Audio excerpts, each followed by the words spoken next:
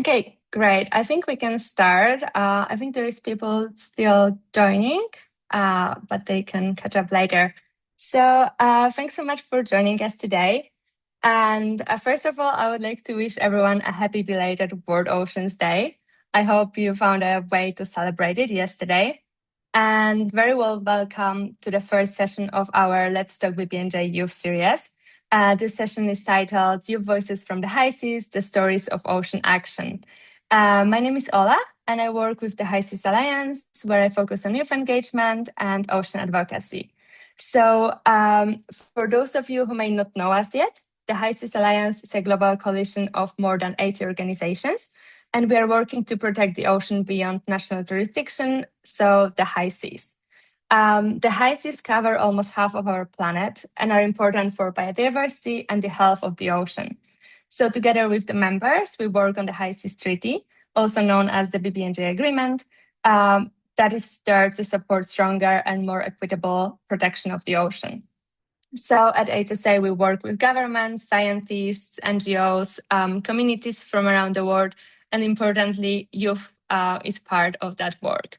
So I would like to start by saying a big thank you to EarthEcho International for co-hosting this session with us. And today's session is about hearing from High Seas Youth Ambassadors alumni. You will be able to hear their personal stories, so how they got involved, what they are working on, and also about the different ways they're contributing to ocean action. After the presentations, you will have a chance to meet them directly in breakout rooms, so you can save the questions and talk to them and also connect to other participants from around the world. So it will be really a space to exchange ideas, network across the regions and experiences. So we hope you enjoy the conversations in those breakout rooms as well. Just a note that today's session is being recorded, but we are just recording the kind of plenary part. And then when we go to breakouts, there will be no recording. And now it's my pleasure to introduce you to Renz Nathaniel Loyao, who will be moderating today's session. Renz is an environmental youth advocate from Dipolog City in the Philippines. He serves on the National Youth Council of WWF Philippines and also on the Youth Leadership Council of the EarthEcho International. Renz works on climate justice, ocean protection, and sustainable development through digital campaigns, community mobilization, and youth engagement across high-level advocacy spaces. Renz, over to you. Thank you so much, Ola. Good morning, good afternoon, or good evening to everyone here, wherever you are in the world. So we're so grateful for you to joining us in today's session, and belated Happy World Oceans Day. So thank you so much, Ola, for introducing me. Just another fun fact, it's been a year since I spoke for the opening remarks of the 10th Our Ocean Conference in Busan. So it's been a year. And today is a special session because this is the third webinar of the Let's Talk BBNJ Youth Series. And our theme for today is Youth Voices from the High Seas, Stories of Ocean Action. So again, welcome everyone. And today's session builds on our previous webinars in the Let's Talk Youth BBNJ series. This introduced why the ocean matters in everyday life and explored the ocean climate nexus, the high seas, and the basics of ocean governance, including how the BBNJ agreement fits into that broader picture. As you may know, the BBNJ agreement, or Biodiversity Beyond National Jurisdiction, is now in its implementation phase, and it officially entered into force in January 2026, creating new opportunities for youth engagement. So today's session is all about hearing directly from young people who are already driving change in ocean conservation, whether through advocacy, policy, education, conservation, science, art, campaigns, or community organizing. It's all about connecting with others who care about the ocean and the High Seas Treaty. So we will have short youth-led talks, breakout discussions based on your interest, and plenty of time to ask questions. And again, with that, I won't take up much of your time. Let's begin. Let's have Sean Russell. Thanks so much, Renz. It's great to be here with you all, and so excited to have a chance to dive a little bit deeper into the leadership role that young people play in advancing the High Seas Treaty. I'm just going to take a minute and share a little bit of context about EarthEcho International and the High Seas Youth Ambassador Program to set the stage for our conversation today. And we are, as Ola mentioned, thrilled to partner with the High Seas Alliance to bring today's webinar to life, but also to bring to life the High Seas Youth Ambassador Program to really elevate youth leadership in advancing the ratification and now implementation of the High Seas Treaty. So for just a little bit of context setting and background, at EarthEcho International, we are a nonprofit organization that was founded about 20 years ago by Philippe Cousteau, the grandson of the legendary ocean explorer Jacques Cousteau. And our work and our mission is really focused on building a global youth movement to protect and restore our ocean planet. So our core programs are designed to build the capacity of young ocean advocates directly, as well as support the educators, the teachers, the community mentors that work with young people around the world. And across our programs, we work to build that public and political support for water and ocean stewardship. We support and develop and mobilize youth leaders, drive action for ocean restoration, and also work toward developing the workforce for the restorative blue economy. And our youth ambassador programs are a big part of this work to help equip young people with the tools and resources to take action to advance ocean protection and restoration. And we are so thrilled to, when we think about this work and we think about youth engagement in advancing the High Seas Treaty and ocean protection, we recognize that young people, that so many of you on this call are part of that demographic and have incredible influence and expertise on building both the public and political support to advance ocean protection like the High Seas Treaty. And at the same time, we recognize that young people bring a sense of urgency to this work, recognizing that we'll have to live with the consequences of the actions or inactions that we take on ocean protection issues. And so young people bring new creative ideas and really a strong focus on solutions to the table.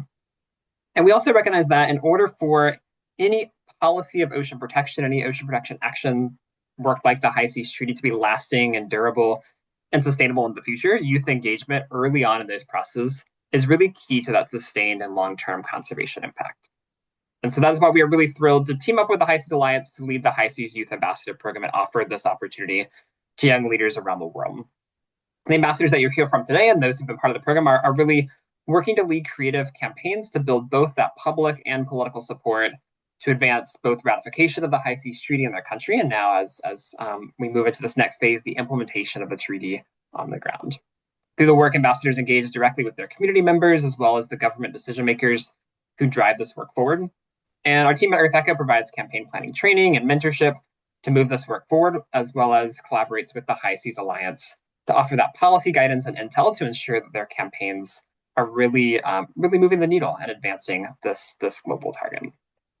Around the world, we've seen some fantastic impact over the last several years in the program in this format, with young people in the ambassador program from 17 countries, engaging over 52,000 of their community members through campaigns and creative outreach that you'll hear more about in just a few minutes, and also directly bringing that message to government stakeholders, decision makers through community forums and workshops, as well as large-scale global conferences and policy events. And again, we are so excited for you all to be here today to hear the stories of this work as it comes to life, and to take the lessons learned from these incredible young advocates and incorporate those into your own work. And I'll finally just close out that we are so thrilled that this is not just, this webinar is hopefully the kickoff of a conversation, and we look forward to continuing to keep you all connected in community and driving this work forward.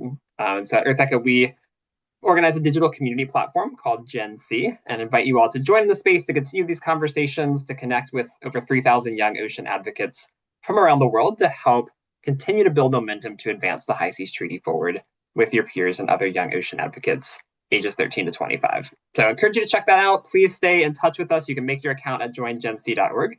And really excited now for you to hear from our incredible speakers as they share their stories and lessons learned and experiences. So Renz, I will pass it back to you, and thanks again.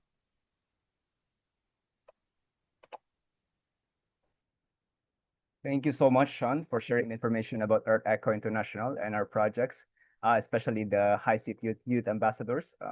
And for those who don't know, Sean is the Director of Youth Engagement of EarthEcho International, and we've been working for almost 2 years already. And yeah, thank you so much again, Sean. So now let us hear from Leneka. She's no, before I introduce our speakers, we will be having a lineup of speakers who are working with the ocean conservation and with youth engagement. So we will be hearing first from Leneka. She is the current High Seas Alliance Caribbean Regional Coordinator and former High Seas Youth Ambassador alumna from Jamaica. She will be discussing about the High Seas Treaty on its current status and some introductions. The floor is yours, Leneka. Thank you so much. Hi, everyone. I'm very happy to be here. Absolutely love connecting with youth. I hope that you are hearing me clearly. I'm going to share my screen.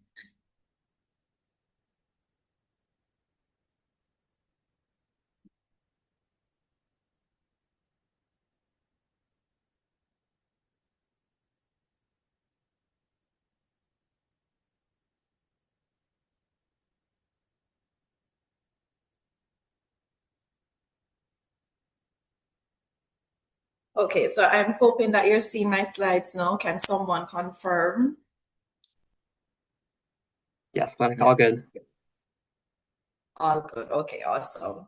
So I'll be walking you through the BBNJ agreement, what it is, why was it necessary? Yeah.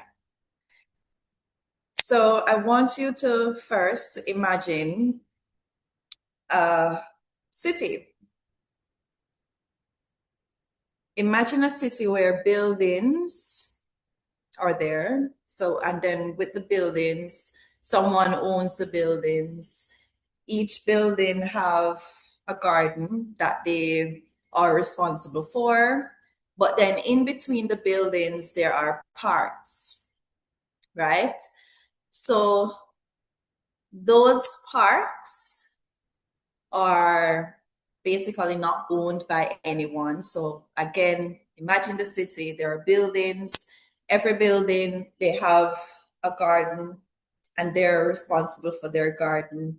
But then in between those buildings, there are parks, large parks, like in this picture, there's that Central Park, but no one owns the park. Anyone can go to the park and throw away their garbage, they can throw away their waste, they can cut down the trees, they can take out the animals and do whatever they want to do with those animals in the park. No one is held accountable. Now, those parks represent the high seas. So think of the high seas as parks in our world. Because when you look at the world, there are countries, and then each country, they have their economic exclusive zone that they're responsible for. But then beyond those borders, there is the wide open ocean that's known as the high seas. And so 64% of the ocean is known as the high seas and the deep seabed.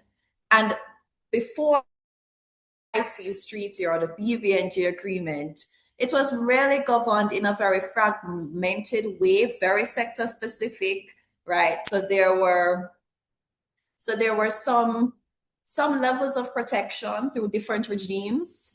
But when I tell you that, it was just very much sector driven. So for example, there is MARPOL under the International Maritime Organization.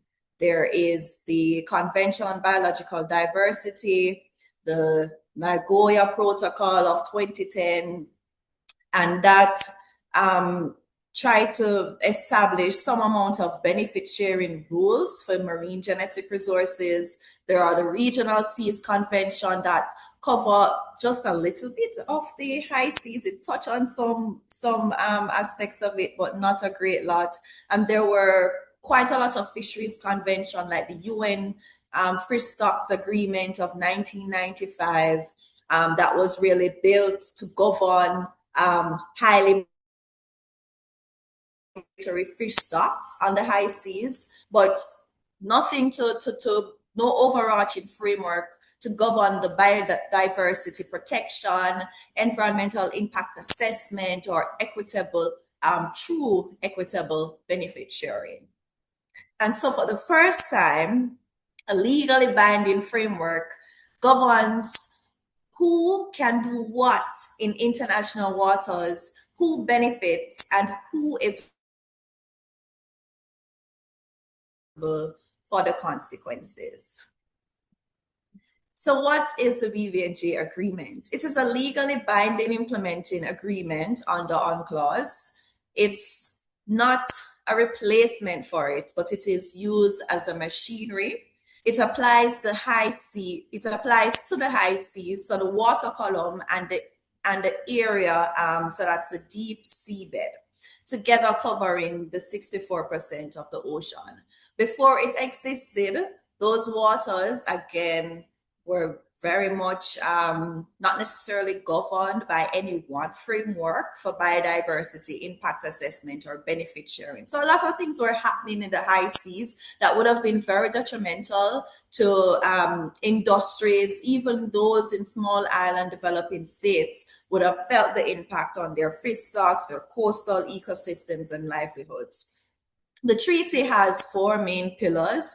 Pillar one is marine genetic resources, and that speaks to marine organisms from the high seas, which hold enormous commercial value. So pharmaceuticals, enzymes, biotechnology, and essentially wealthy states would collect samples, patent products, and profit with zero obligation to share those benefits. So this pillar creates a binding benefit sharing regime.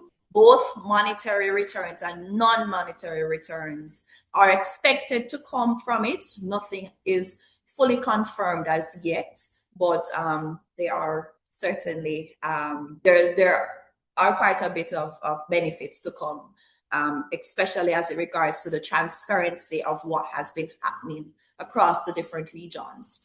Pillar two speaks to area-based management tools. So nobody previously had the authority to establish an MPA on the high seas. And that applied to all activities on all sectors. So this pillar gives the COP that power in terms of setting up MPAs. And a lot of people are excited about this measure because it can help us to achieve that 30 by 30 target, which is to protect the ocean, 30% of the ocean by 2030. And pillar three speaks to environmental impact assessments, and pillar four speaks to capacity building and technology transfer. So this is a binding obligation on developed states to support small island developing states and other developing nations with funding, training, data access, and technology. So it doesn't necessarily mean that they have to give them money, but certainly sharing their knowledge, giving access to training and technology so that they can participate equitably in the implementation of the agreement. So I have a little pop quiz. You have to open your mics because I cannot see the chat. So the question is, what proportion of the global ocean is covered by areas beyond national jurisdiction?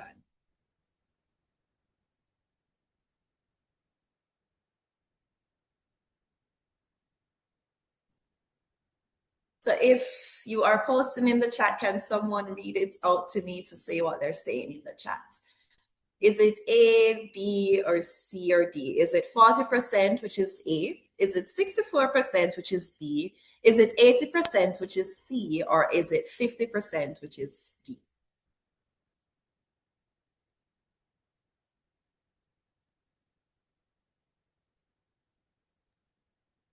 You have a lot of participants selecting B. Okay. Yeah, about 3. That is correct. Okay. That is correct. Thank you so much. So in order for us to have arrived to where we are now, it took a lot of work. It took a lot of time. It took over 2 decades for us to arrive to where we're at now in terms of having the agreement, having states sign on to the agreement. It's really exciting. So I'm going to break this up. You can see it's very stepwise, but I'm going to break it up into 3 phases. So phase 1, from 2002 to 2011, the international community basically started to acknowledge that the high seas have a serious governance problem. the United Nations informal consultative process raised marine protection concerns in 2002, and the Adopt BBNJ working group was basically formed in 2004 to study those issues at length. Through 2006 to 2010, UNGA, the United Nations General Assembly, adopts a resolution on bottom fishing, and BBNJ meets repeatedly, and basically a breakthrough came in 2011 when states agree on the 4-pillar package. That's the marine genetic resources, area-based management tools, EIAs, and capacity building. In phase 2, that's really where they started to build towards formal negotiations. And that was from 2012 to 2017. And that is where political momentum was very much important around those 4 pillars. So the IUCN World Conservation Congress in 2014 called explicitly for a new instrument to be developed. And essentially, in 2015, a preparatory committee, which ran through 2016 to 2017, basically they met, they elaborated on elements of what that future treaty must contain. Phase 3 is the negotiation, collapse, and adoption of the treaty. So that spans from 2011 to 2025. And basically what happened was they had different meetings in New York to discuss what the views were on the different issues. They started to build out the treaty itself. Negotiators basically worked day and night to agree on certain provisions within the text, the draft agreement itself. And then basically by 2024, over 100 countries would have signed. And by September 2025, the 60 ratification threshold was basically crossed, and that triggered the agreement into force. And of course, you know that took effect on the 17th of January 2026. And that basically completed a journey that started more than 2 decades earlier. So we have another pop quiz. So I will need your assistance again in terms of just let me know what's happening in the chat. So which of the following is not one of the 4 substantive pillars of the BBNJ agreement? So which of the following is not one of the 4 pillars? So is it A, marine genetic resources and fair benefit sharing? Is it B, area-based management tools, including marine protected areas? Is it C, regulation of high seas fisheries by regional fisheries bodies? Or is it D, environmental impact for activities in A, B, and J, areas beyond national jurisdiction? Mostly we got answers with letter C, Rebecca. C, correct. Amazing. So 2 things to explain here. So firstly, the importance of the preparatory commission, which is basically an institutional bridge treaty entering into force, and its first governing body, which is the COP. So we have been having meetings at the UN headquarters. One happened in April 2025, and then it was and then PrepCom 2 in August 2025, and then PrepCom 3 the 23rd of March to 2nd of April 2026. So at the PrepCom, a lot of issues would have been discussed. And its job is really to draft the rules, the procedures, and the institutional arrangement so that when COP1 convenes, which is set for January 2027, it is not starting from a blank page. So all three PrepCom sessions have been completed. And so now we're all looking forward to PrepCom 3, to COP1, which is January 2027. At COP1, there are a lot of things for to be Hello? discussed. Hello, So Lenico? Oh, we're kind of running yes. out of time, so maybe we can chop it up and maybe Okay, just sure. give the takeaway. No And yeah, problem. thank you, Lenica. No problem. Yes. So just to wrap up, COP1 will basically look at establishing, finalizing those rules of procedures and the financial rules. The secretariat will be selected and decisions regarding the scientific and technical body, along with the clearinghouse mechanism, will be decided. My last slide, these are the countries that would have ratified so far: 89 countries to date, and 145 have signed the treaty. So my question to you is, look at this and tell me if you've seen your country's flag. Thank you. Okay. Thank you so much, Danica. I'm so sorry because we're catching up with time. That was incredible insight, and you've just broken down the BBNJ agreement. Thank you so much for making it clear to everyone and making us understand much better. So now, that was great, and we will be having a very interesting speaker. She's currently an MSc candidate at the Marine Environmental Management University of Exeter and High Seas Youth Ambassador alumna from Liberia. Olivia will take the stage to discuss how she's working with governments on ocean policy processes. Over to you, Olivia. Hi, everyone. I hope you are doing okay. Thanks to the previous speakers. So, unfortunately, I do not have a presentation. I want to blame that on my ongoing dissertation and all the data analysis I have to do. But I promise to run you through everything I've been up to since I joined HSA as an ambassador in 2021. So I remember when I saw the call for the application, and I was a bit nervous because I'm from Liberia, and there are not a lot of young people or a lot of women in the entire ocean marine conservation space. So I was on a road that was less traveled, and I didn't have a lot of role models. But then I was always really passionate about the ocean. And I'm like, this is what I want to do. This is what I want to be involved with. So I took the leap and I applied and I got accepted. And I think we're the first group of ambassadors, the first cohort, along with the league and a lot of people.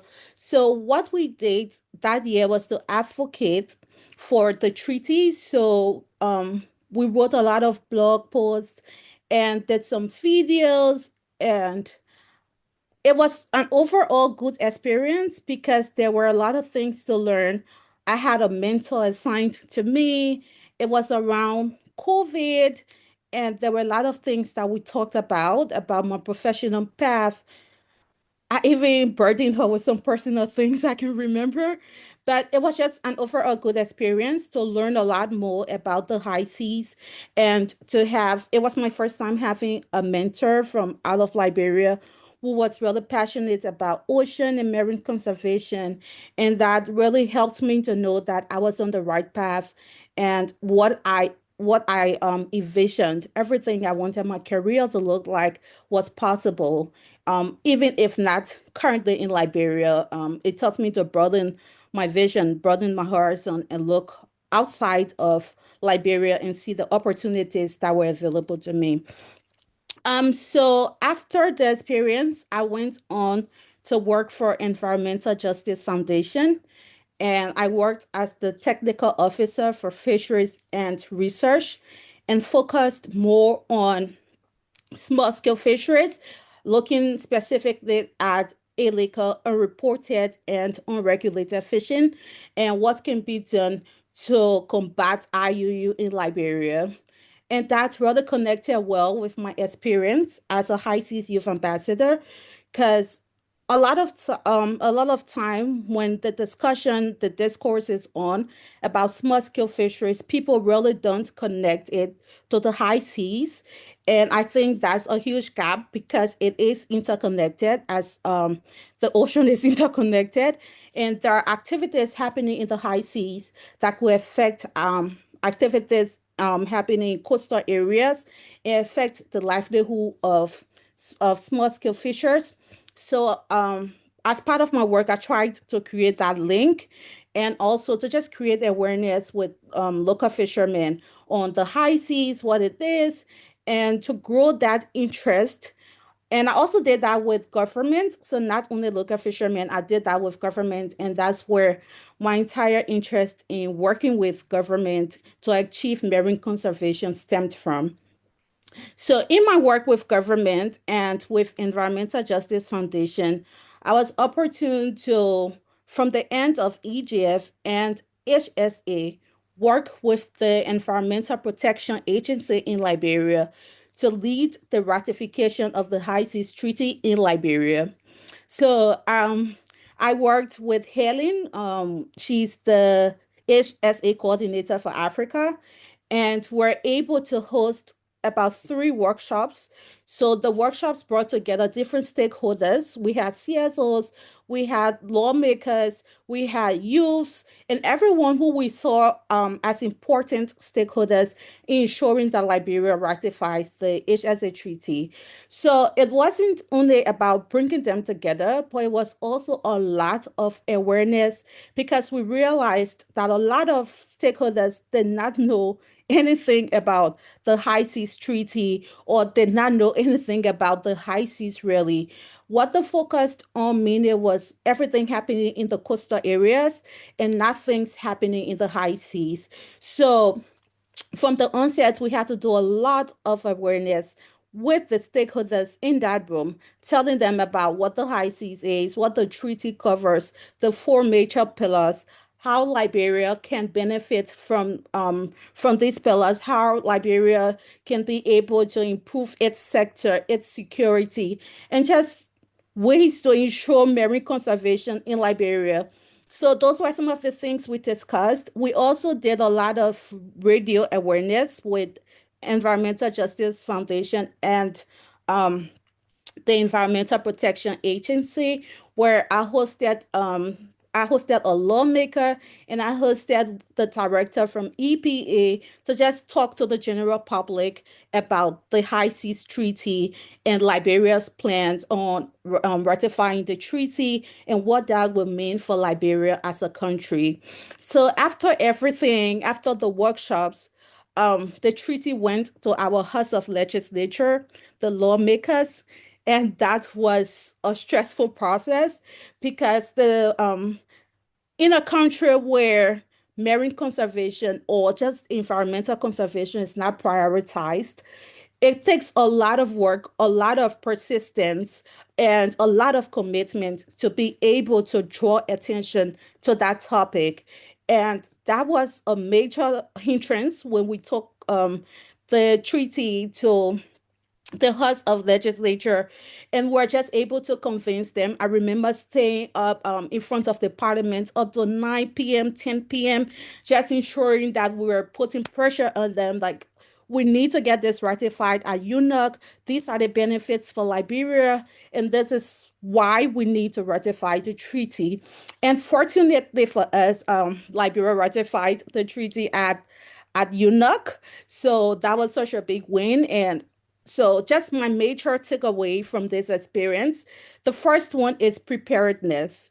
If you are working with government or with lawmakers, you need to always be prepared because you won't always have a lot of time while engaging with them. So make sure you know what you want to say and how you are going to present it in a way that will totally get them interested in what you are saying.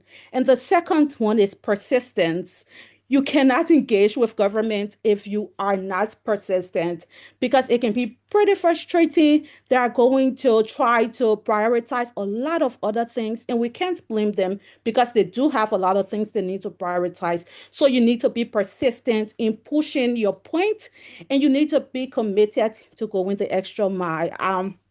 There were many nights that I had to stay at the parliament with the government officials, making sure our lawmakers read everything so that the treaty was ratified. And that was me going the extra mile to ensure that we achieve our goals. Um, the last point, I think I'm running out of time, is that being with HSA is creating a network that truly lasts. It's not temporary. From my experience, I've been a part of this team since 2021, and I have met them at different events like Dubai. I was able to attend the planning meeting in Nairobi, and I managed to always stay in touch, even if I'm really stressed about my master's right now. But it's rather a network that lasts, and I'm hoping that everyone can find a way to just engage and to ensure that our ocean is protected for us and for future generation. Sorry again about not having a PowerPoint. That's it from me. Thank you. Amazing. Thank you so much, Olivia, for sharing your experiences, especially your works with governments in Liberia and the Environmental Justice Foundation. Taking that leap of faith really took courage, yeah. And, thank you for the three key takeaways: preparedness, persistence in going the extra mile, and, building a lasting network.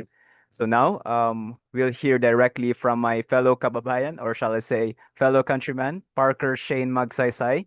He is the program and advocacy lead of Mangrove Matters PH and the High Seas Youth Ambassador alumni from the Philippines. Today, he will be discussing how to use social media for ocean campaigns and outreach. And we'd love to hear from you, Parker. Please go ahead. Hi, thank you so much, Renz, for that introduction. And it's always really great to be in this space talking to fellow youth. Um, so today I'll be talking about how did I utilize social media in my campaigns as a former High Seas Youth Ambassador. But before that, hi again. I am Parker, and I am a 2025 High Seas Youth Ambassador. Some facts about me: I am actually a computer science graduate, very far from the conservation industry or conservation world. I did kind of regret it when I graduated because it was very, very difficult. But I did manage to find a way on how to make use of it by making an AI for marine conservation during my thesis. Before my High Seas Youth Ambassadorship, I was a very loving mangrove advocate, and I'm also a free diver. So I am currently the program and advocacy lead of Mangrove Matters PH. It is a youth-led organization in the Philippines that is focused on marine conservation, specifically focusing on mangrove ecosystem. And I also started loving the ocean when I started free diving, especially when you do free diving in the Philippines. I also love social media, but in a good way. There's a lot of social media addiction that's going on lately, but social media is still a good thing in terms of sharing information, awareness, and connecting to a lot of people. I was able to, join HISIS Youth Ambassadorship mainly because of social media. So that's a good thing. Back in 2025, I did my high CC youth ambassadorship, and it was a really, really great experience. During the whole duration of my campaign, I did three major elements. First and foremost is I did the film screening or film showing to multiple areas in my country, mostly to the youth of Ocean with David Attenborough. It was a really great film. I watched it multiple times already. I sometimes memorized some lines of David Attenborough himself. And yeah, so that was one of the elements of my campaign.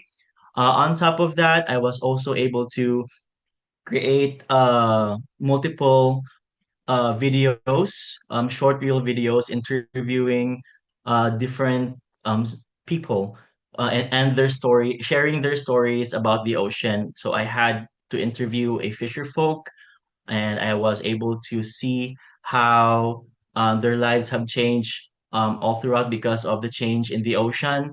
I also interviewed a fellow youth, on how their coasts are affected by the high seas. And I was also able to attend a lot of forums, legislative forums. And I really commend Olivia with regards to government cooperation, because especially in the Philippines, government cooperation is really, really difficult and challenging, and you do need a lot of perseverance and preparation. But overall, it was a really great experience. I did manage to find a lot of stories coming from youth. I had a lot of good time connecting with them and trying to explain to them and figure out different analogies so that they can understand what is marine protected areas, what are environmental impact assessment. It was really great. But none of the all of these outputs would have reached the right people without one key tool, and that is social media. So, for context, a little bit about what is social media. It is a digital space for connection, creation, and communication, as well as sharing information. So, basically, through social media, we can create content, share information, engage audience, build movements, and these are digital platforms. So, I would like to ask you guys, what kind of social media you guys use, like most of the times.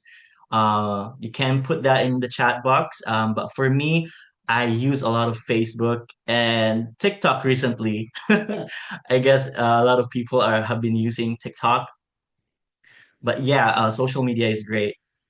And I was able to utilize that in my campaigns through three ways. So first, in my campaign, I make posts about it. I make posts on information and awareness about about the high seas ecosystem and the treaty. And on top of that, through the post, I do build connections. So I just don't I do not only put those posts online and leave it on there alone. I do check it time by time if there are comments, shares, and I do interact with them. And that's when the magic starts. Through those connections, through those networking actions and movements are actually being made. And you will see later on the kind of networking and beautiful connections I did made through these campaigns. But just some strategic ways I did was that I did create some sort of digestible posters. I posted online about marine genetic resources and etc. etc. I did also share cute photos of green sea turtles just to gather tractions online and do inform them how they are related to the high seas. And on top of that, something that is with through physical interaction, I actually did some sort of a game during my campaign with a physical campaign through a booth in our school. So I made a collectible cards. You can see that here. They're very cute. I was very, very proud of making these, and I printed them out, and a lot of people actually liked it. But the catch is, before they can get a free collectible card, they have to like, share, and post my social media account regarding the High Seas, which is the High Seas Philippines. That was the account I made for the campaign.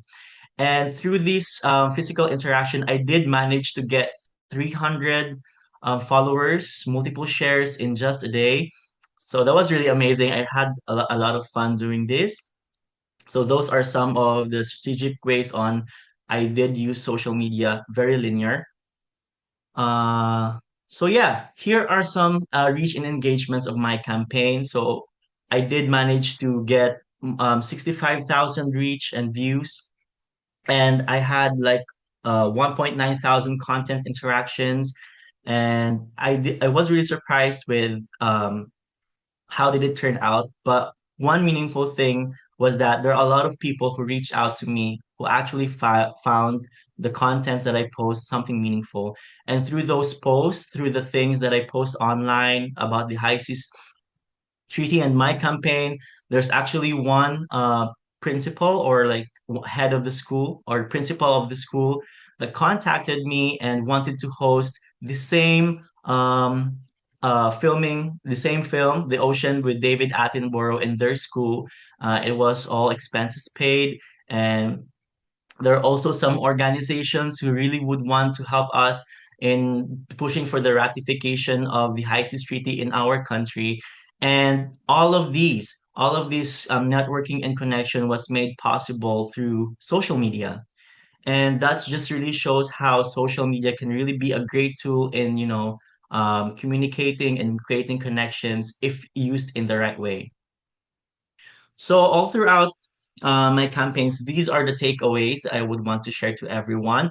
Of course, although it for me it is very very successful, there are also some things that I would want to make some change. If hypothetically given the chance to turn back time and do my campaign again, I would have like done a little some things a little differently. But first and foremost, I would like you to guide. I would if you would want to put social media in as part of your campaigns, you have to make assessments, multiple assessments about your current status in your region. So for context, in the Philippines, we are named maybe the capital of social media in the world. We use Facebook a lot, and yeah, so that is one way of like putting things that social media is really a great way to communicate with people. To be more specific, people in the Philippines use Facebook more than Twitter. So I exerted, and through this information, I exerted efforts more on Facebook rather than in Twitter because that is where I gain more traction, and to not waste effort on platforms that does not gain traction in with Filipino people. So yeah, you have to do some assessments first before you exert effort and in social media campaigning. Partnering and collaborating also really, really works really well.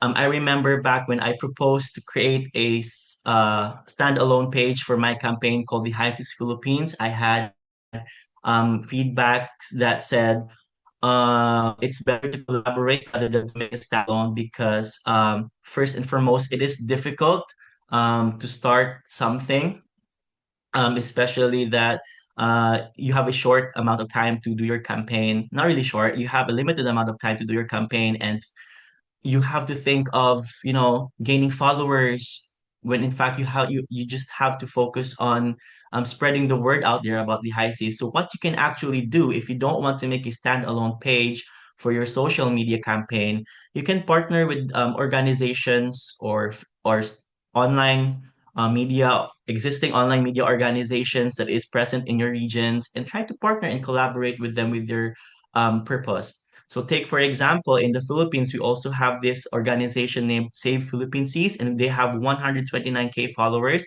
And if only I was able to make a successful collaboration with them, I could have used their 129K followers for me to promote the ratification of the High Seas Treaty in our country. So that is one thing that you can use or do instead of making a standalone platform. Next is this one is I found this online when I was doing some research. You can actually know when to post because as a computer science myself, I know how algorithm works. I know how this social media works, and sometimes there are certain time that these social medias are very very active. So take for example for Facebook, every Thursday and Friday at 1 to 3 p.m.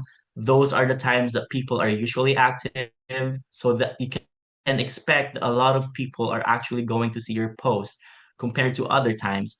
But disclaimer, this might change over time because people's behavior and social media changes over time. So you can do some sort of like assessments on your personal posts as well. Maybe you can post on multiple days and try to assess which post on the specific time do actually gain more traction compared to other times.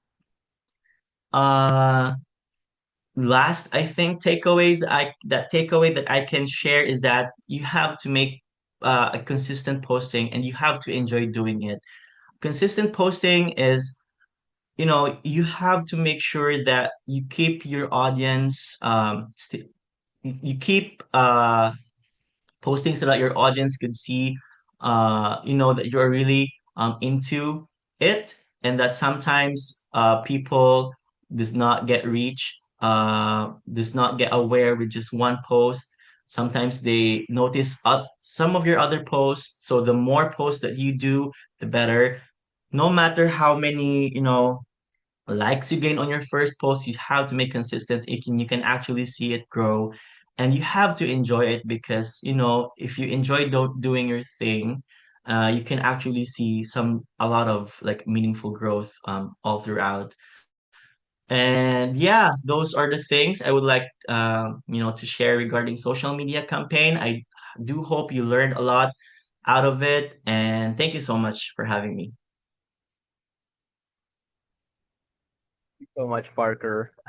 As someone who's also chronically online, I really appreciate you for sharing how to use these digital spaces, to build real connections.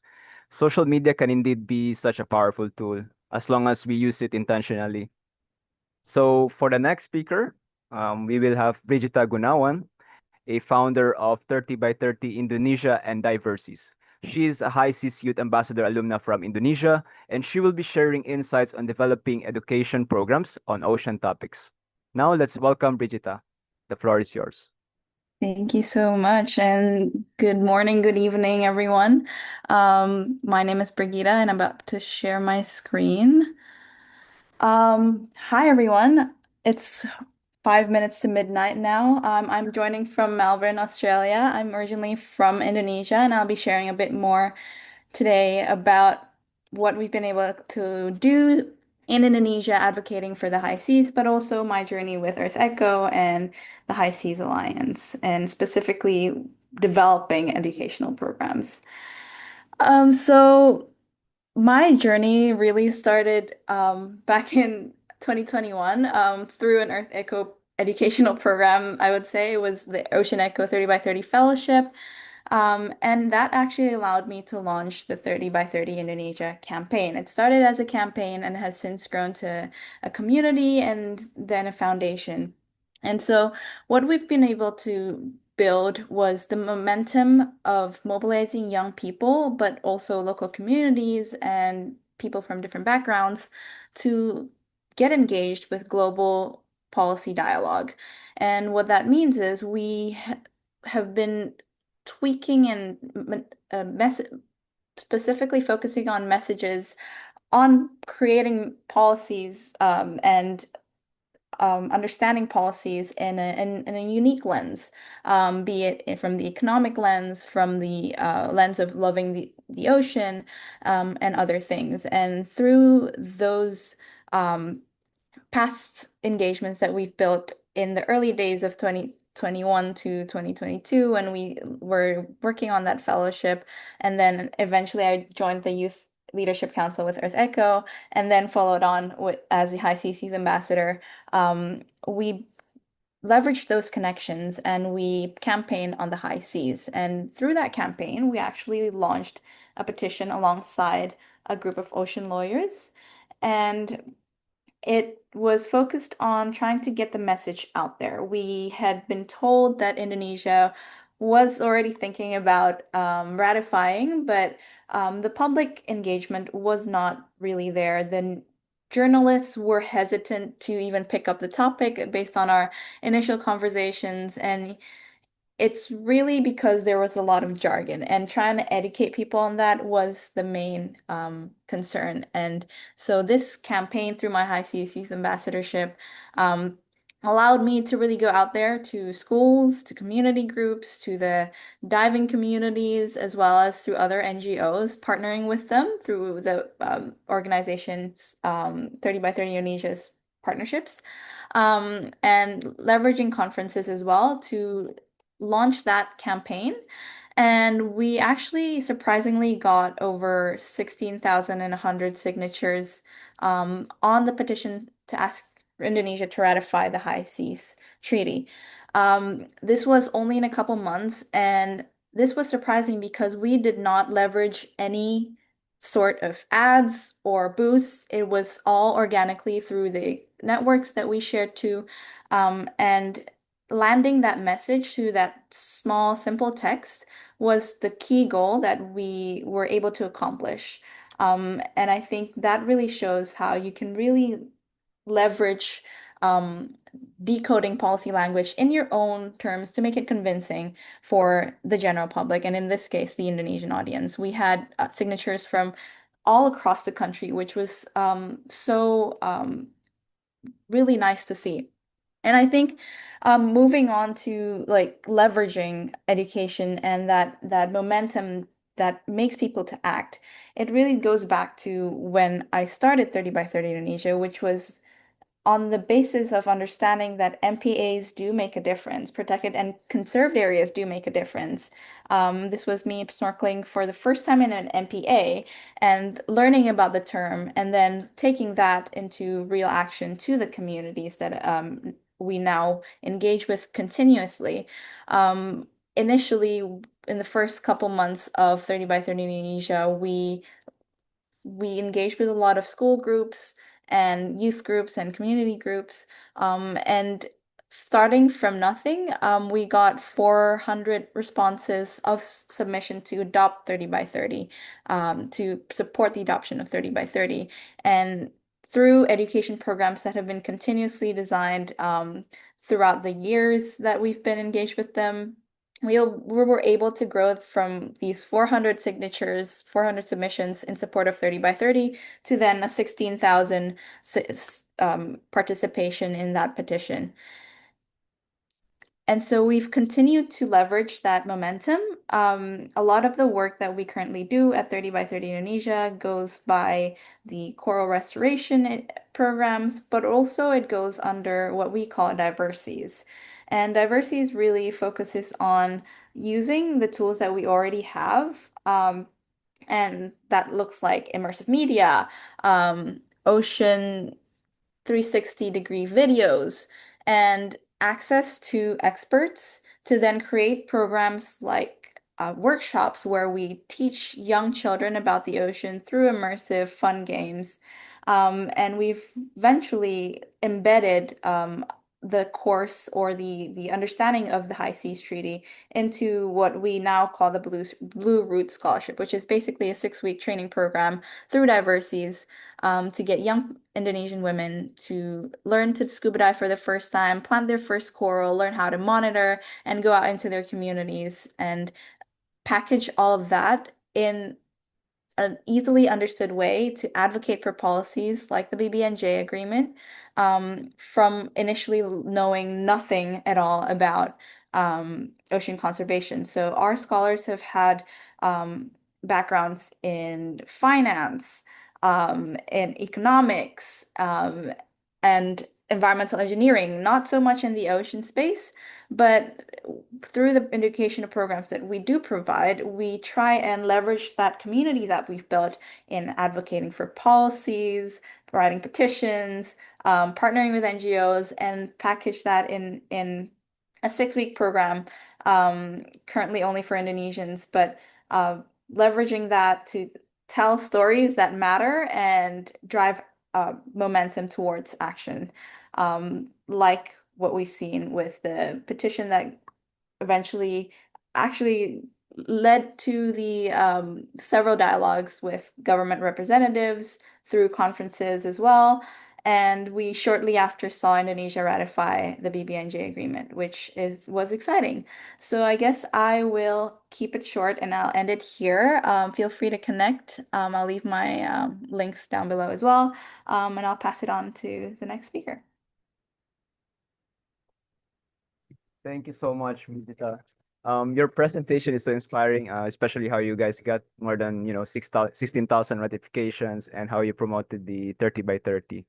So today, this topic is also going to be very exciting because it helps us squeeze our creative juices. Our next speaker is Auton Moluluma, an ocean and climate justice advocate from Zambia and a 2025 High Seas Youth Ambassador alumni. He will discuss how to use art as a tool for ocean advocacy and storytelling. Let's hear from you, Auton.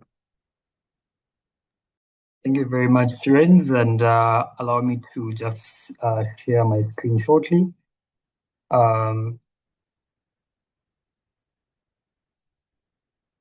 Okay. Hi, everyone. Thank you very much. My name is Auton, and I'll be presenting on art as a tool for advocacy. with a bias on the landlocked perspectives. I'm a young climate justice as well as ocean advocate from Zambia, a landlocked country in Central Africa. And I was privileged to be one of the High Seas Youth Ambassador for the 2025 cohort, working alongside Parker, Divan, and I think the rest of the team on the call. And I would really like to pour out my experiences, learnings, as well as journey in using art as a tool for advocacy. And I would like to really start, I think, with this maybe demystifying or just clarifying the air, especially for any person that has been engaging on ocean issues or new to it and is coming from a landlocked country. And first of all, I'd just like to share what the ocean looks like in a landlocked perspective. So this is how the ocean looks like in Zambia. These are pictures from some of the water bodies.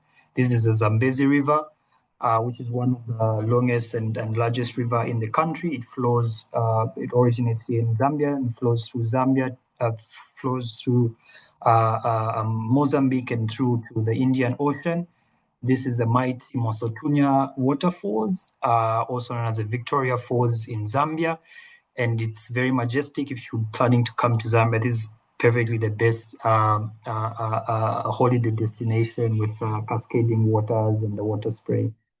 And this is the Lake Bangweulu, which is one of the lakes in Zambia, very huge and is in the northern part of the country.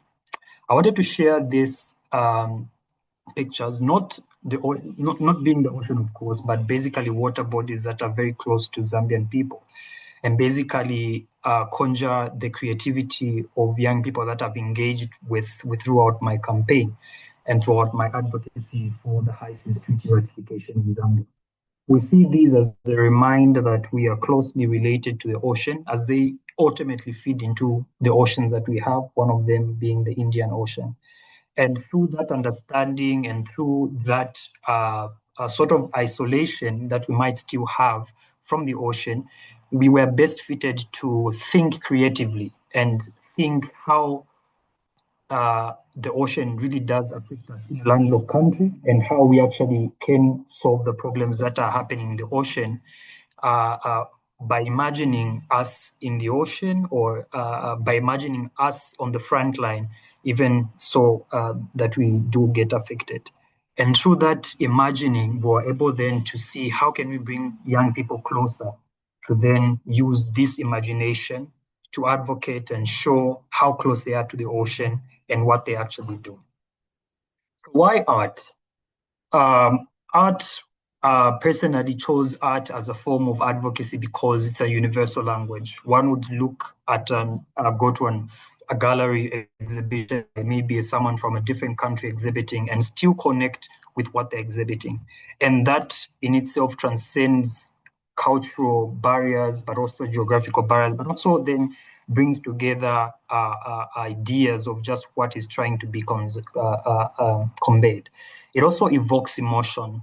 The other forms of advocacy, of course, radical and more on the dialogue and diplomatic form, but art is one that evokes emotion and is really personally connected to the people that actually look at it, create it, or even experience it, because art is in form of visual or even a creative or even expression. And I really wanted to highlight one thing. I put this lastly as I was preparing my slides just a few minutes while Brigitte was presenting, and that's just a painting of one of the paintings we did in one of the activities that I held, which is a paint for the ocean last year, and it's hanged in my room. And every time I look at it, I'm reminded just how close we are to the ocean. And through the Paint for the Ocean event, we brought together about 40 young people from across the country that came to paint and just express and learn about the High Seas Treaty. And this event was highlighted by a lot of open-mindedness, because young people came and engaged and were wondering, how are we talking about the ocean and how does art then come into play? And through these interactions with these different minds, creatives as well as advocates, we were able to foster ideas, even as we painted, even as we drew, we were able to share ideas on the extinction of the whales, the whales, their significance, as well as the many biodiversity that lies within these areas beyond our national jurisdiction. And through this, we were able to create memorable connections, memorable moments that I think have lasted and certainly have lasted till today with the young people that we continue to engage with beyond statistics, beyond words, and bridging cultural divides. And you might be asking, how then did this work? How then did this whole campaign, how did this, the use of art work in line with ocean advocacy? Basically, sorry, I'm just trying to move my, okay. It worked in a way that digital, in a way of promoting digital campaigns, we were able to use these arts, these paintings to just showcase on our socials media. And I think Parker did really highlight very ably on the relevance of social media. And that was one channel in which we used the art that we did paint to send messages to key stakeholders and also collaborate with non-governmental organizations, civil society that are working in conservation in Zambia, and through that foster interactions. But also installing some of these artworks within the places that we interacted with. After painting, we were able to share some of the artworks with the cooperating partners and the organizations we collaborated with in their workspaces where they work now. They have at least one of the paintings that we did make, and it also reminds and keeps fresh the momentum and the push that we continue to push for, that Zambia ratify the High Seas Treaty. As you may know or might not know, we have signed the High Seas Treaty, but still pushing for it to join the 60 to global movement, ensuring that more countries actually ratify the High Seas Treaty. And so sorry, but I'm trying to be as creative as possible with the time. And I just want to highlight the impacts of the art works that we did. Of course, like many other High Seas Youth Ambassadors, we are privileged to host the screening of Sir David Attenborough's The Ocean film. And for this particular showing, we had collaborated with the Alliance Française here in Lusaka. And this is actually a hub for creativity, artists, as well as expression in Zambia.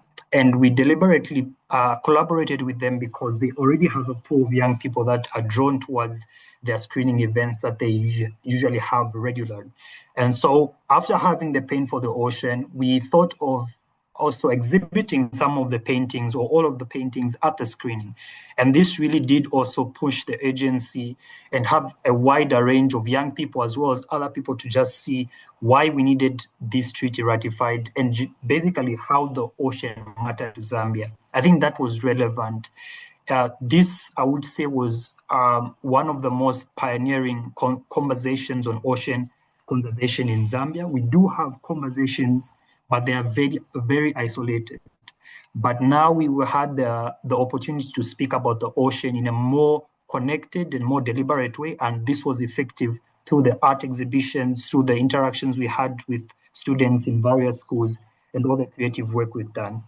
And I'm very glad and proud to say that we reached over 1,000 young people throughout the campaign through indirect and also a direct reach or engagement through our social media, but also the various activities we did throughout the schools we engaged with, the radio programs we featured on, but also the engaging community activities we hosted. And also recruited about 50 ocean advocates. We have a WhatsApp community where we are constantly speaking about ocean governance. And here and there, sometimes the chat is a bit quiet, but every now and then we try to infuse local conversations with ocean conservation activities to ensure that even as we speak about the ocean, we are well aligned with what's happening in our country. And basically, the use of art does not just sprung out of it being something very fun, but it's out of the understanding that while there are new threats to our environment that keep on emerging in different forms, in different shapes, art emerges as a unique and innovative approach towards advocacy that is undefiable, that is allowed and is untamed. And I invite that everyone embrace it, to just use it as a tool for both personal expression, but also for that of the ocean. Thank you very much.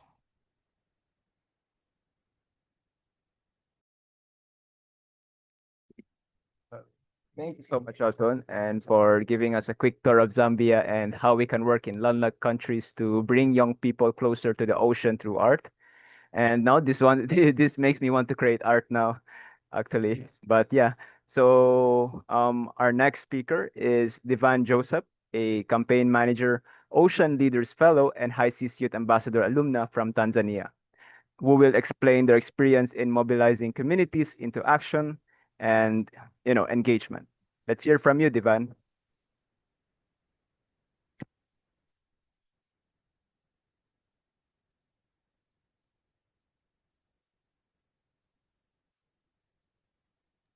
Oh, sorry, I don't think we can hear you, Divan.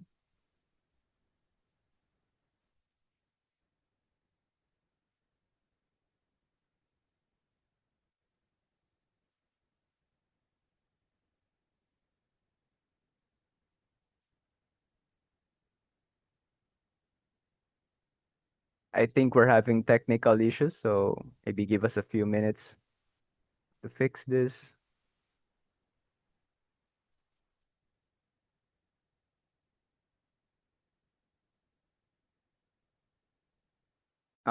We still can't hear you.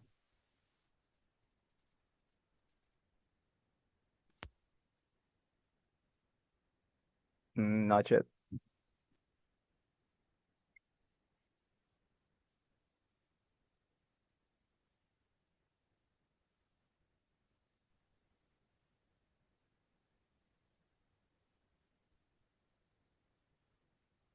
I'm sorry, Divan. Maybe we move to Sonia now, Renz, if you don't mind, and then go back to Divan. Yeah, sure. We'll just get back to you, Divan. So for now, we will have our next speaker. I actually met her in Korea last year, and she's such a passionate and energetic person. Sonia Pitasnik. She is the SOA Brazil Hub leader and High Seat Youth Ambassador alumni from Brazil. Sonia will share with us organizing community events and engagement spaces. It's your time to shine, Sonia. Thank you, Raz. And you're actually one of the only person that can say my last name correctly. You and Ola, because she's also from Poland. But thank you so much for this introduction. I'm going to speak a little bit about community events. But before that, I'd like to share a little bit about my journey and how I started working with ocean advocacy and ocean protection. So I'm a biologist working with ocean conservation for the past 5 years. But it started kind of out of the blue because I'm from inland Brazil, so I've never been near the ocean. I've always been to coastal cities for like 2 or 3 years, once in like 2 or 3 years. So I've never really had a connection with this ecosystem, but I've always felt so amazed by its marine biology and biodiversity. So that's why I started studying biological science in university. And while I was at the beginning of my studies, I decided I wanted to focus more on ocean and understand more about this ecosystem that I was also so passionate about. And since it was in the middle of the pandemics, I started doing some remote volunteers, which allowed me to be closer to the ocean, even though I didn't live in coastal cities.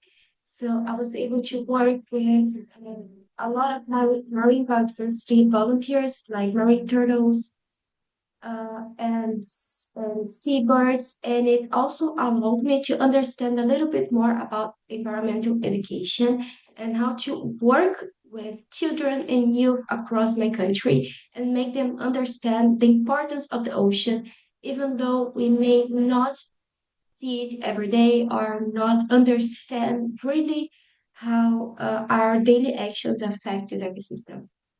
So with that, I started working to create more opportunities for young people because I saw we have a lot of potential, but we don't really have a lot of opportunities. We don't see how we can work in this area, especially Brazil is such a big country with different biomes, ecosystems, and we don't really connect one to another. So that's how I understood that I could engage not only with national organizations, but also with international ones. And that's how I met High Seas Alliance and RPF International, especially through social media as well. Just like Parker was saying, it's really important. I connected with them through Instagram and LinkedIn, and I started to know a little bit more about their work and how I could use community events to make my friends, my parents, and people from my own community and territory to understand the importance of the ocean and to translate complex issues, especially as a high seas youth ambassador, because I had to translate what is the high seas treaty, what is the high seas, especially most of the people don't know what is the high seas. So that's a really important topic we need to discuss when we are talking about community events, how to raise awareness, showing that the ocean is not that far from us and it's not that complex as we understand. And here is one of the ways we can work with community events through workshops. And here, just like this event we are here right now, I also organized a workshop to create a youth manifesto, especially for COP30 that happened last year in Brazil, where we were able to engage with young people all over Brazil. But here I'm gonna tell you some other ways to engage with your community that are outside of social media and for me are even more fun and sometimes something that I really like more because I like to be in touch with people. So the first one is with kids. I am passionate about it because they're so curious and open-minded. So I feel so fulfilled working with them. And here are some opportunities I got because of the volunteer work I started in the beginning of my graduation of my undergrad and they mostly involve environmental education. Here you can see it may not look like, but this is me in this Monterey. We are doing like a playful awareness raising through theater and showing kids what's a Monterey, what's the marine biodiversity we can find in the ocean. We can also do dynamic classes where in this case I was volunteering with a marine turtle volunteer here in Brazil, talking about marine turtles, the different species, how we can protect them. And it's so nice to talk with kids because they all want to speak at the same time. They're so passionate about everything. So it's really nice. Even though you're kind of shy, they make you uh, more open-minded to talk and you feel like you're part of the group. And here, this first image is a citizen science project I worked with Sustainable Ocean Alliance last year, where I went to local schools in my community to bring them the ocean. As I said, I'm from inland Brazil, so most of those kids haven't didn't see the ocean ever. So here I made an activity to bring ocean policy more closer to their daily lives, explaining what's the UN Ocean Conference, and that we can talk about with governments about what we want for the future of our oceans. And I asked them to draw or write or anything they wanted to do, or they were really free to work with anything they wanted and to present afterwards. And there are also other kind of events that we can work with. There are more high level events, but they're also open for the public and they can happen at high level conferences. For example, at COP30, I organized an event at Green Zone that was open for the whole public of Belém. And it was about youth inclusion in ocean policy. And the whole panel was organized by youth and had youth speaking. So it was really important to raise awareness and to represent our community as well.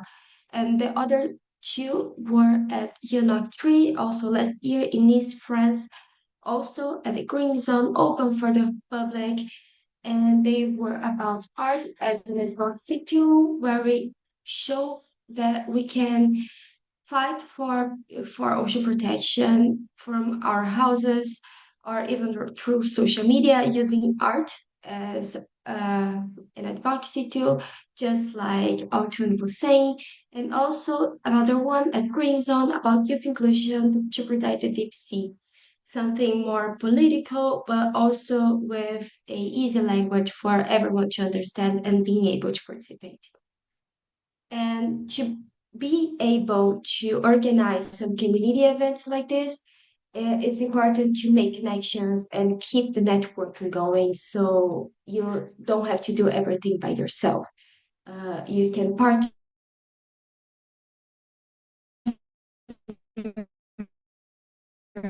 with High Seas Alliance of the same area you're trying to. Oh, sorry, my internet is kind of unstable. Yeah, but you can do partnership and use networking and social media in your favor. So yeah, basically that's it. I would love to talk more with you about the subject. If you have any doubts or if you wanna start your own community events, please feel free to reach. Thank you so much, Sonia. It's incredible to see how you engage young people and children in ocean work, and kudos to that amazing work you're doing. Okay, great. I think we can hear from Divan now. Uh, hear from Divan.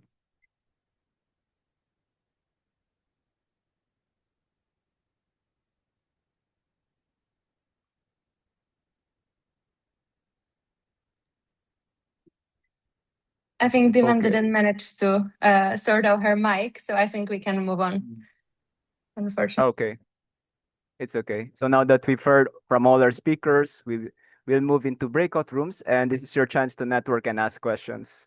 So there will be one alumni per room, and we have the following prompts. So for room one, we got community engagement, Sonia plus Divan.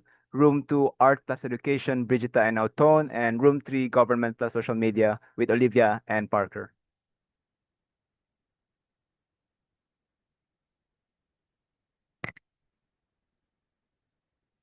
I think we can pause the recording and all the breakout rooms should be open. So That was brief.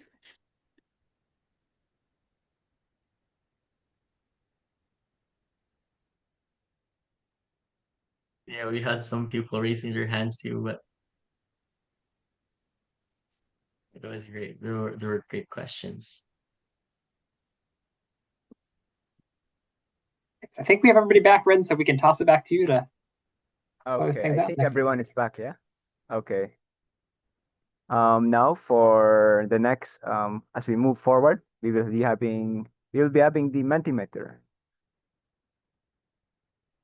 Nice. Thanks, Vincent. I'll go ahead and screen share. We'll just close things out with a few quick questions on a Mentimeter. We'd love to get a little bit of reflection from everybody. So let me start this up where you can see the link in the chat as well to respond. So I had a few quick questions and hopefully everybody can see this okay on your screen. So I see people jumping in. This is great. So take a minute. You can head over to menti.com and enter the code to respond or use the direct link in the chat. And we can give us a word to share how you're feeling kind of following the session. Appreciate the themes coming in here.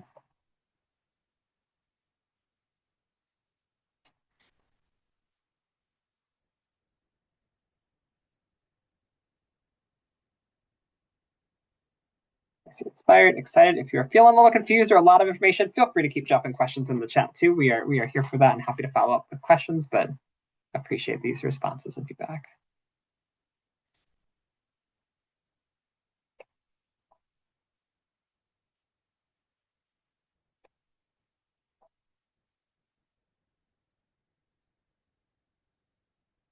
All right, we'll keep going. Take a minute if people are still answering, but we will flip to our next question. love to hear what was your takeaway? What was a lesson learned? What inspired you the most from the session? Give us something that you will take away, a lesson learned, or something that inspired you today from the conversation.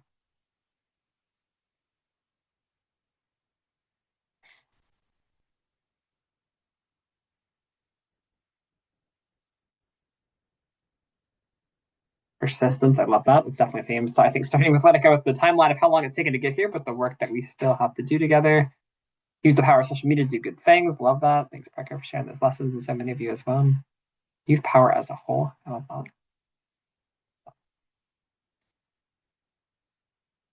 that. Questions in breakout rooms, environmental education as a tool for advocacy. Absolutely love this. Take a few more. Youth are so inspiring. Social media aspect. Engaging with governments is possible. It's a great call out. And social media as a tool. The role of youth in bringing information, disseminating information across different communities. Fantastic. All right. Keep responses coming. You are not alone. I love that. Just hearing the community conversations in the breakout room. Really appreciate that element of today's conversations as well. And just asking, here are some of the themes. There's lots of different ways to bring to life your advocacy work. So which pathways are of most interest to you? Is it the science side, or art and storytelling, or community action, or communications? We'd love to get a quick poll of the group. Where do you kind of fall into this space? And I love seeing these different answers come in.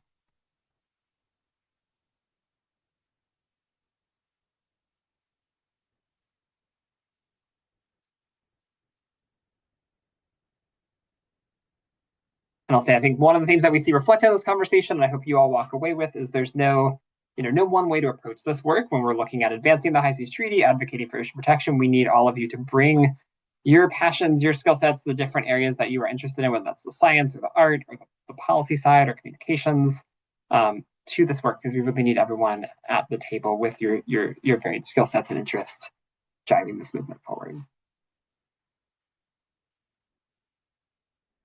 All right, and I think we have one last question.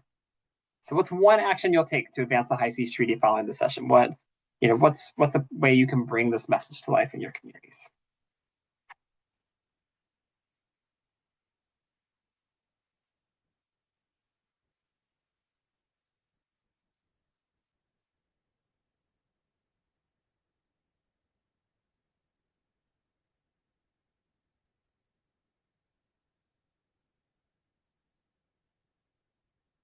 Nice. Educate myself. Definitely take a deeper dive. I know we've got some great resources to share and links to share to take a deeper dive into the High Seas Treaty background, inspire others to get involved, connect with other youth. That community building is so important. Share what I learned with my friends and family. I love that. That's such a great way to just take this to your immediate circle of connections. Again, educating yourself, you can educate others. Such a great theme. And again, we can share some great resources to take a deeper dive into the highlights from today's conversation, as well as the background on the treaty. Connect with existing ambassadors. I love that. Yeah, I saw, again, some great connections being made amongst the groups in the breakout rooms. Lots of ways you can get involved with our High Seas ambassadors and their campaign work, as well as our alumni who are here today.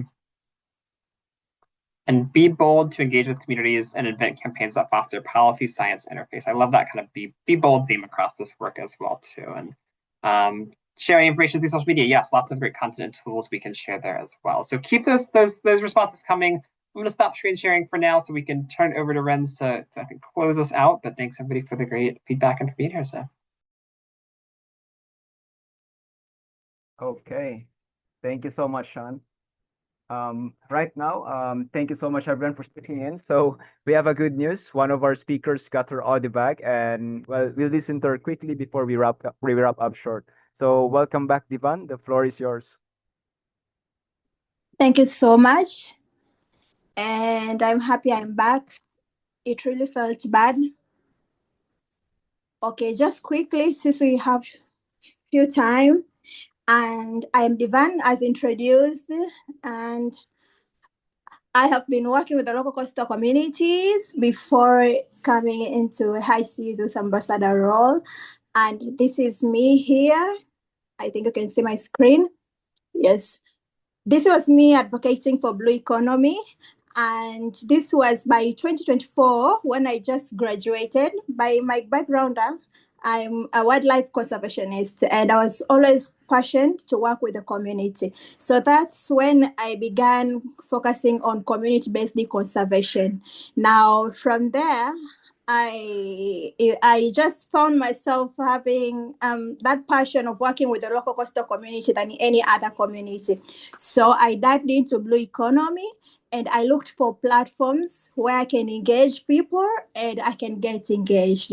And I also realized the importance of capacitating myself, being skilled enough to run the community-based conservation. Now, throughout my work, I came across the Ocean Boot Camp opportunity, from which this opportunity I learned on nationally determined contribution and international frameworks, global frameworks. That's the first time I came across the BBNJ agreement, and that was by 2024. So from 2024, by end of 2024, there was an opportunity which was announced now. Like EarthEcho International was looking for ambassadors, and one in Africa, they were looking from Tanzania. And that's when I said, now this is an opportunity for me to make use of a global platform to make more impact of my efforts. So from there, I stepped into high seas youth ambassador roles. And from there, I felt being an intermediate between the local community I'm working with and the global framework.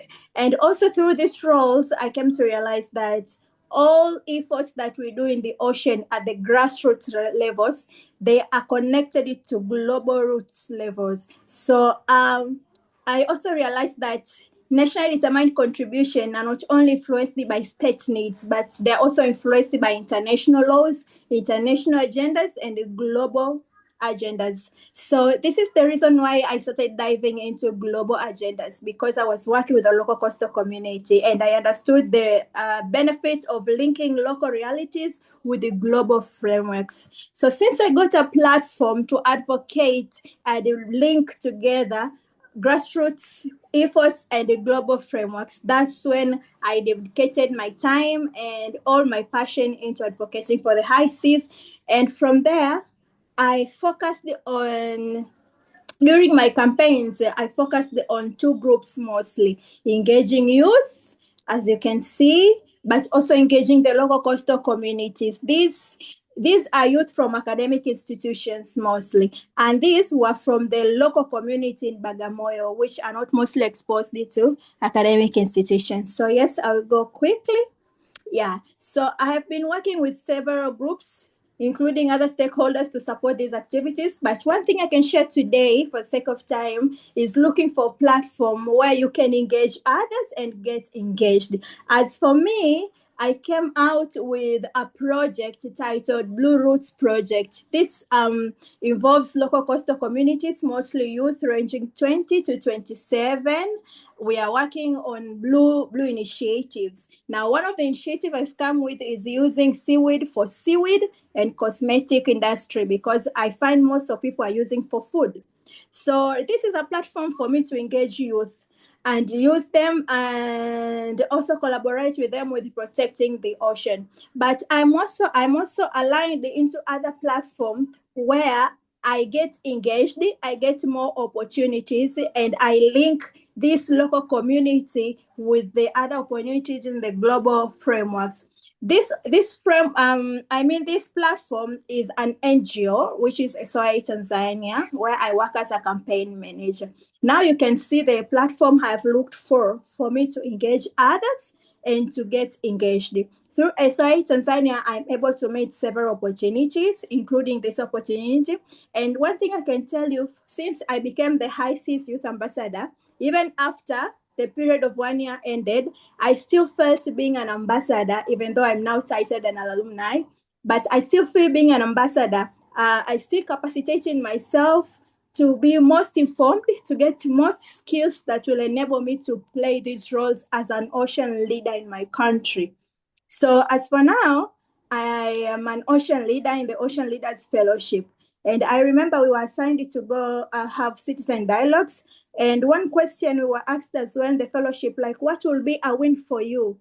I said BBNJ being ratified. This will be a win for me. Why? Because I still feel connected to the ocean. I still feel connected to this role because it has developed me now into who I am as an intermediate person between the community and the global framework and the ocean as one. So roughly, this is what I can connect to you, and these are the activities I've been doing, engaging people beyond my roles and even beyond my time as a High Seas Youth Ambassador. Yeah.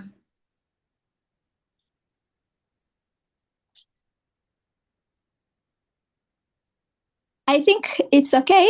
I've been trying to be on time, so I hope it's okay. Back to you, moderator. Thank you, Divan, for sharing your experiences. Now that we're wrapping up, you can check our chat and find resources from the High Seas Alliance. And please join the Gen Z community to find opportunities and connect with other young people and change makers. So if you have any other questions, you can also ask it there or approach us directly. Thank you all for joining us today, and a huge thank you to our incredible speakers. A special shout out to EarthEcho International and High Seas Alliance for making this possible.